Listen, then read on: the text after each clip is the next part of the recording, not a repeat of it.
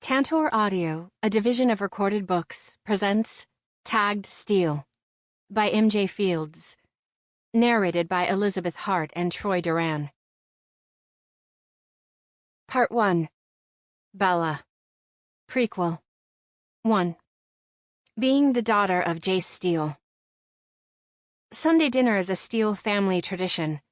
We rotate between Momma Joe and Thomas's, Cyrus and Tara's, Xandor and Becca's, Javier and Taylen's, and our house. Today, it's at our place. 11 of us are at the regular dining room table with the 8 youngest Steels seated at the kids' table. Salad and garlic knots have been served, and lasagna and roasted vegetables are being plated and passed around. Like Garfield, lasagna is my father's favorite, so I decided this is the absolute best time and safest place to tell my father at 16 that Chad Wentworth asked me to a movie the following Friday night. My very first date. The normally noisy room falls silent. Even the kids' table decides to follow suit, and that didn't even happen when Momma Joe said the blessing. Uncle Cyrus, the oldest of the 4, is the first to speak. You shoot the first one, word will spread. His wife, my Aunt Tara, covers her face and shakes her head. That's enough, Cyrus. Momma Joe scolds him. Tell him whatever he does to our little Belle, Xander will do to him. Xavier chuckles, and so does his wife, Taylen. I look at Uncle Xandor as he smirks, shrugs, looks at his wife Becca, and then asks, You okay with that? None of y'all are right, she replies, sitting back and taking a healthy drink of her wine. When I look back to Dad, I realize that his eyes haven't left me, and there is no expression to be read in them. At all. Then he simply states, No. I hear a large thud. Then he whips his head left. What the hell, Carly? She's 16, for God's sake. She whispers, like no one will hear her. We all do. They have a stare-off until he finally looks over at me. Let's talk about God, shall we? Really? I roll my eyes. Jase. Momma Joe snips quietly. With all due respect, Mama, you raised 4 amazing men, but girls, well, they're nothing like boys. You don't say. Momma Joe slowly raises an eyebrow. I know you've helped us the whole way, but this is my little girl. She's 16, Momma Joe and Carly say at the same time. I figuratively raise a victorious fist in the air, and then I just sit back and listen to them bicker. Out of the corner of my eye, I notice my sister Kiki and my cousin Truth watching it all go down, eyes darting back and forth like they're watching a tennis match. When Kiki looks at me, she smirks, and I give her a wink. It's a win. It's Thursday, or, as I am secretly deeming it, first date Eve. After Kiki's piano lesson, Carly, Kiki, and I got haircuts. When we started walking out of the salon, Momma Joe was walking in. 3 of my favorite girls. She hugs us all. Would you care to join me for mani-pedis? Heck yes, Kiki squeals. Perfect idea. Tomorrow's date night, Momma Joe. The wink shared between my 7-year-old sister and my grandmother makes it obvious this was planned, even before we are greeted by the staff and brought back to the 4 pedicure chairs already waiting for us. I think she's more excited about your date than you, if not even more so, Momma Joe says with a laugh as we sit. Don't let her fool you, Carly whispers. She has an ulterior motive. She's just hoping you break him in so it's not as difficult when it's her turn. Kiki smiles. I already have a boyfriend. You do you? Momma Joe asks. She nods. He just doesn't know it yet. Dad doesn't or the boy doesn't? I ask my bright-eyed little sister. Neither. She laughs hysterically at herself. After we're finished, Carly asks Momma Joe to come over for dinner. I would love to, Momma Joe replies. The look exchanged between them also tells me that this was planned.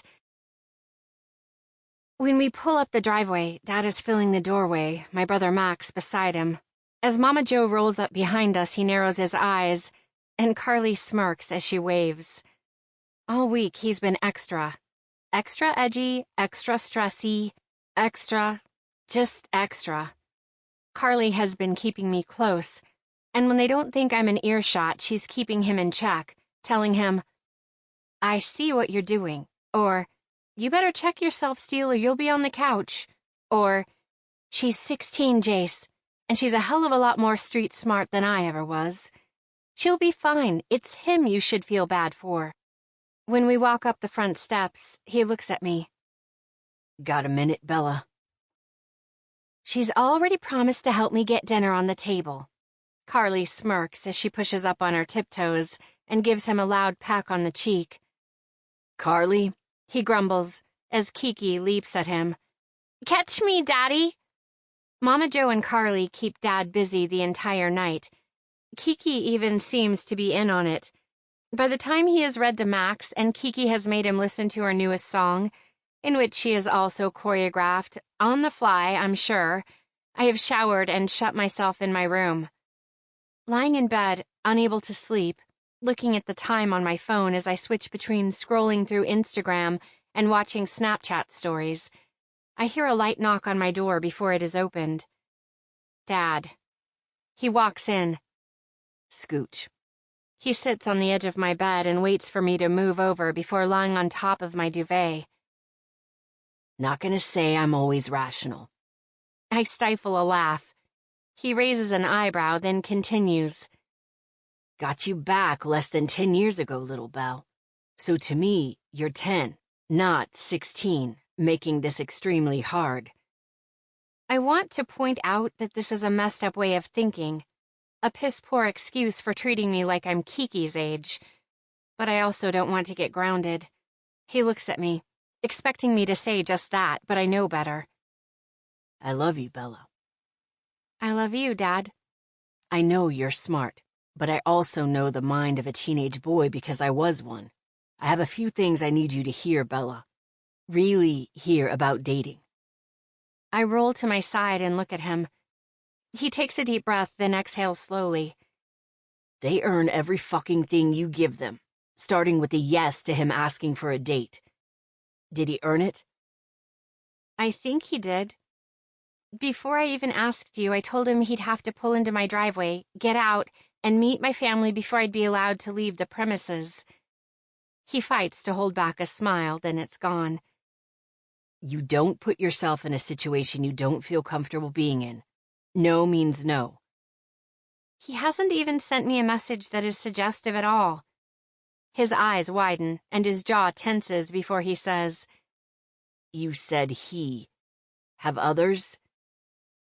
I'm 16. Sexting is... Not dating. Any little fuck sends you sexual messages. They get blocked. They? His voice is higher than I've ever heard. I'm going to a movie, Dad. We're meeting friends. I can drop you off at a movie where you can... Dad, I groan exaggeratedly. You told me when I got my license that I could ride in a car with my friends. I haven't yet. Never said boyfriends. He grumbles. Never said he was my boyfriend, Dad. It's a first date. He stares at me. I stare back. Then he nods. What do you really want to say? I ask. He doesn't deserve you. He's a friend who asked me on a date, not for a freaking... Don't you dare. He warns. Then trust me, Dad. Trust me. He's not the one you should be afraid of. What the fuck is that supposed to mean? It means he's the first one to ask. Not the first one. I air quote first. I'm not going to sleep with the first boy I date, get knocked up, and... That's not cool, Bella. Then tell me what you want to tell me, Dad. He doesn't deserve you. He states matter-of-factly again. How will I know if anyone deserves me, Dad? I haven't even been kissed. He doesn't even fight to hide his smile this time. He beams. I flop back on my pillow. Oh my God. Can I just go to sleep? When you even think he's possibly the boy who deserves your first kiss, Bella, you make damn sure he deserves you. Which means you know him. You know he treats his mama right, because that's the way he'll treat you. You remember you can do anything he can, and if he makes you feel like that's not the case, he's out. You remember to still dress like you and don't change for him. No over-the-top makeup shit, little Belle. Never let him think for you. Don't get your head stuck up your ass, because the right guy for you will love that you're intelligent and can think for yourself. And remember, you never have to do anything to make someone love you. The right person will cross the fucking desert in tinfoil just to open a door for you. He pushes his arm under my head and pulls me into a hug. Compare every single boy you ever meet to the man I was when you came back into my life. Nobody will love you like I do. If he even comes close, I will shake his hand and give him my blessing. 2. Date night. I'm done getting ready for my date long before Chad is expected to pick me up so that I could be out the door ASAP, giving little time for Dad to embarrass me. When Chad, the son of 2 doctors, shows up in his BMW to take me to a movie, Dad beats me to the door. Come on in, Chad. His smile is big, bright, and welcoming. I feel it's safe to allow such a thing for 2 reasons. 1, it's a first, and he doesn't seem all that Jase Steel over it. And 2, I overheard Carly threatening him with a week on the couch if he was, in her words, an asshole. I start to feel good about this meet and greet, until Chad smiles back, walks in, and I see Dad narrow his eyes as he glares at the back of his head. Then Dad offers him a beer, to which Chad thankfully declines, saying, I'm sorry, sir, but I'm not of legal age. Nor would I put your daughter in harm's way by drinking even a sip of alcohol before driving her in my vehicle. Nice, I think, until I see Dad looking at him with his eyes and jaw set. Chad. The way Dad says his name is rather obnoxious. You've never had a drink? Yes, sir, with my parents on Christmas. I had some spiked eggnog and it was disgusting. He laughs, and Dad narrows his eyes. Hey, Chad. I'm Carly Steel, Little Belle's sister. Little Belle? Ugh, seriously? I turn and see her reaching out her hand to shake his and notice the t-shirt she's wearing. On top it says, "Heads up, boys." Below it is a picture of my father, shirtless, inked and jacked. Below that it says, "This is my father." I notice Chad's eyes widen, and then he smiles and shakes Kiki's hand. Pleasure to meet you. Max runs into the room in one of Kiki's tutus, and nothing else on. I glare at Dad, and he holds his hands up as if to say, Was it me? When Carly walks into the kitchen, her smile falls as she looks at Kiki, then at Dad. Really? He grins. Hey, Carly, can I get you a drink? She sighs. Make it a double. Then she looks at Chad. Hi there. I've heard a lot about you. And now I want to crawl under the table. He smiles. All good, I hope. As if things couldn't possibly get any worse, I hear Uncle Cyrus ask, Anybody home? I shoot Dad a look, and he bites back a smile. Well, we should get going, I say, nodding toward the door. Don't want to be late. Chad looks back at my parents. Nice meeting you. When he turns around, he looks up as Uncle Cyrus walks basically into him. Chad looks stunned. I shoot Cyrus the same look I just shot my dad, thinking, if the other 2 show up, I'm going to be out of ammunition really quick. Chad, this is my Uncle Cyrus. I literally push Cyrus aside with my hip, and he chuckles. And we're going to be late. Nice meeting you. Chad hurries past the intense glare Cyrus appears to be giving him, but it's honestly his natural expression. We're at the threshold, and I think we're clear, when I hear Cyrus say, Hey, Chad. saying Chad in the same tone my father used. We both turn as he tosses something to him. Chad catches whatever was thrown, looks at it, and then closes his hand around it. Cyrus smiles menacingly. Those come much faster after 10 o'clock. You feel me? Yes, sir. Chad then hurries past me and toward his car. What the hell was that? I snap at my uncle. He shrugs. It was an anti-condom. What's an ant-condo? Max asks from behind him. What did he just say? Carly asks. It's a place little insects crawl into. Cyrus smirks as he picks Max up. Dude, what the hell are you wearing? It's a 3-3. I walk out and don't look back. When I get in the vehicle, I look at Chad. I'm sorry for whatever just happened. Is this... He pauses. His face pinches up. normal? I answer honestly. Nothing about my family is normal. What did he throw at you? He nods to the cup holders in the console. A bullet? Oh my freaking God, I groan. Before even leaving the driveway, I already know Chad won't be anything more than a friend. Why, you ask? First, he ran out of my house like he was going to piss himself. Then he didn't even open the door for me. The kicker was the pinched face. That pissed me off. My family may not be normal, but they're pretty amazing. I would never be with someone who didn't at least find humor in them. And if I am being honest with myself, I only said yes to this date in order to open doors to dating. And if Chad didn't run his mouth about Kiki's shirt, Max's tutu, or Cyrus's bullet, I should have been fine. But he did. However, it didn't deter others from asking. In fact, I had several boys ask me out. Some I even accepted their invitations. Every time I had a date, which wasn't often, Dad insisted on meeting them before said date. 9 times out of 10, my uncles would be there when said date showed up, and 10 times out of 10, I realized they just weren't, as Dad said, worthy. I want a man who looks at me the way my father and uncles look at their wives. I want a man who doesn't try to change me.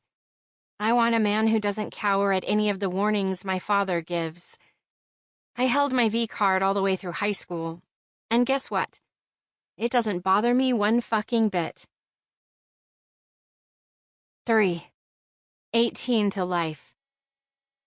When I turned 18, Dad told me, You're still not an adult. I countered with, I'm 18, so the law says otherwise. He pointed up at the ceiling. I make the laws in this house. You're still under my roof. The rules still apply. The rules, you ask? Let me introduce you to the 4 Ds.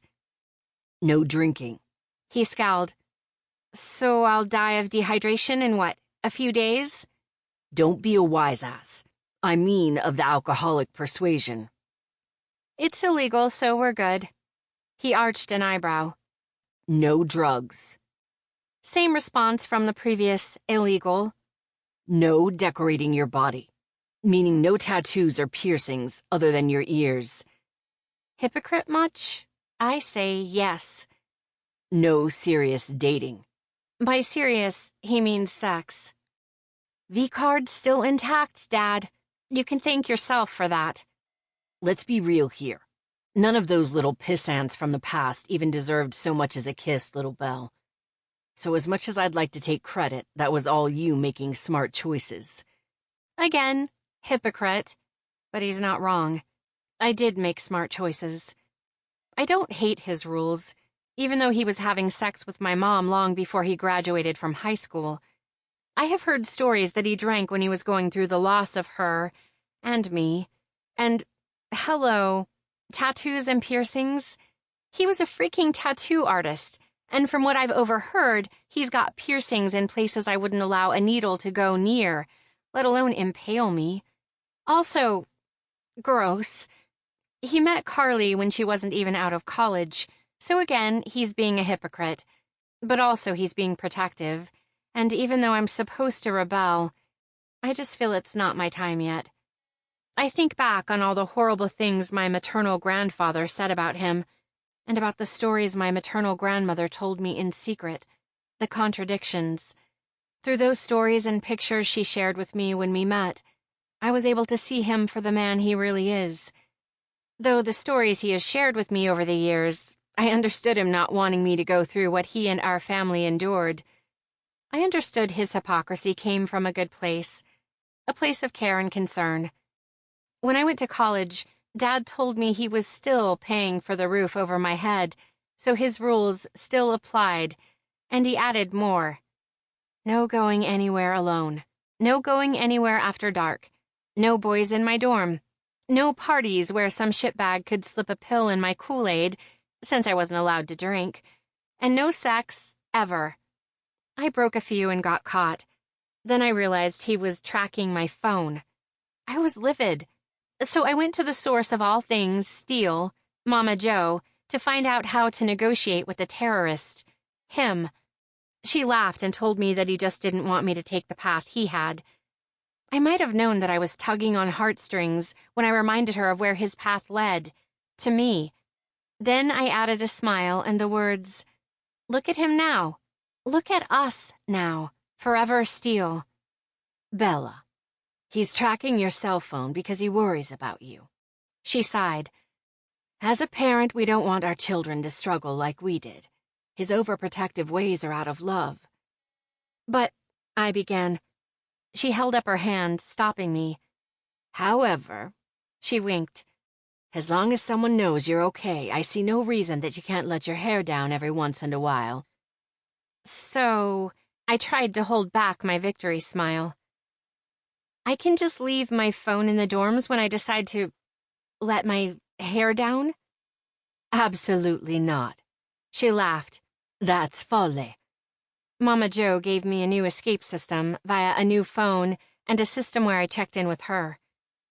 In that very short amount of time between let your hair down and Momma Joe slapping me with Italian folle, meaning insane, I went to 100 parties, walked in the dark alone, went out past 11 at night, on a school night, had a boyfriend who wasn't a complete douche, had sex without the threat of seeing my father around every corner, in every shadow, and no, I didn't feel threatened by my dad in the least, but everyone else in a 10-block radius sure as hell did. He made damn sure of it. Part 2. Men of Steel. Present day. 4. Tag time. Tags. Standing inside body art, I see 4 girls outside of my buddy Cisco's studio. He smirks. They're fucked up. The little blonde isn't. She looks terrified. He chuckles. She looks like that cartoon character. I nod. Alice from Alice in Wonderland. Wonderland would pass out quicker than the little badass. Purple hair, dark skin, I ask, then take a sip of my coffee. I think you're wrong. If I'm wrong, you get dibs on which one you ink. And the cash, too. I'm right, you get Wonderland and I get the cash. I reach out to shake his hand. You're on. 2 seconds later, purple hair throws up and we laugh. When the other one, the one with the long, thick brown hair and perfect curves, turns, I see her face and my heart skips a beat. Maybe 2. She's fucking gorgeous. Living art. Sparkling blue eyes, lightly tanned skin. Tag, I think. She's it. He chuckles as he looks at the one I'm pointing at. Beverly? Fuck that, I laugh. You have a type, Tags. Beverly Hills. I don't have a type. I'm perpetually single. And Cisco, those eyes, they're not Beverly Hills. They're too deep for that. Only half of it's a lie. I do go for women who are socio-economically out of my league. And not because I think I want to be like them. I don't. Quite the opposite. I want them to realize money isn't shit. That they just want all the crap that I find non-essential. Shit I'll never have. I just happen to have a thing for fucking shit up for the man she's under while she's still thinking about me. Men who need arm candy and the newest Porsche in their garage next to last year's discarded model. She's not Beverly Hills. She's fucking perfect. I turn to walk behind the frosted glass to prep as Cisco yells back, "They're getting in a cab. Guess we both lose." For some reason, I don't stop the setup. A few minutes later, I hear Cisco, "We're closing up." "But sexy voice. "We open tomorrow at 11, he cuts her off. "Cisco, I can take this one." "You got cash?" he asks her. "I do." She sounds excited. Virgin, I think. "She's all yours," he calls back to me. "Perfect." I begin walking out front. "Lock up and come meet me at the gym when you're done." "Will do." When I see her, she looks at me like I did her. Fortunate for me, I get to see it. "You ready?" She doesn't reply. "How deep you want it?" Her jaw drops and I eat it up. Double innuendo, and she got it. I step to her and lift her chin to close her gaping mouth. Her skin feels like silk. "I like the path your thoughts are traveling on, sweets, but I'm asking you about the work you're here to get. You want just the tip of my creativity, or do you want me to go all in?" I step back just a fraction and her jaw drops again. This time I'm close enough to help her out again, and luckily for me, she allows it again. Then I step back farther, because the way her blue pools are shimmering and her face flushes, if I don't, shit's going down right here on the floor. "I have my artwork." She looks down at a large leather bag and begins pulling out what I can guess is a printout of something that she found on the internet. A flower, a ladybug, something every girl wants. But this one, well, I clearly want to give it to her. Deeper. Not how I work. I walk past her and out the door, putting space between us. "Wait, what?" she gasps, and I know she's following me. I reach in my pocket and pull out a smoke. Then I lean back against the brick and take a long drag as I watch her watching me. I exhale slowly while breathing it back through my nose. She's watching me intently, eyes still liquid, face still flush. Your concept, my art. She holds up her paper.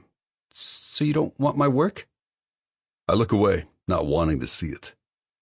I get a sort of high when a client looks at my work on them for the first time. The emotions it produces when I nail their idea, and I always nail it. Nope. "You being serious?" Dead serious. I look back at her as she rakes her lip between her teeth.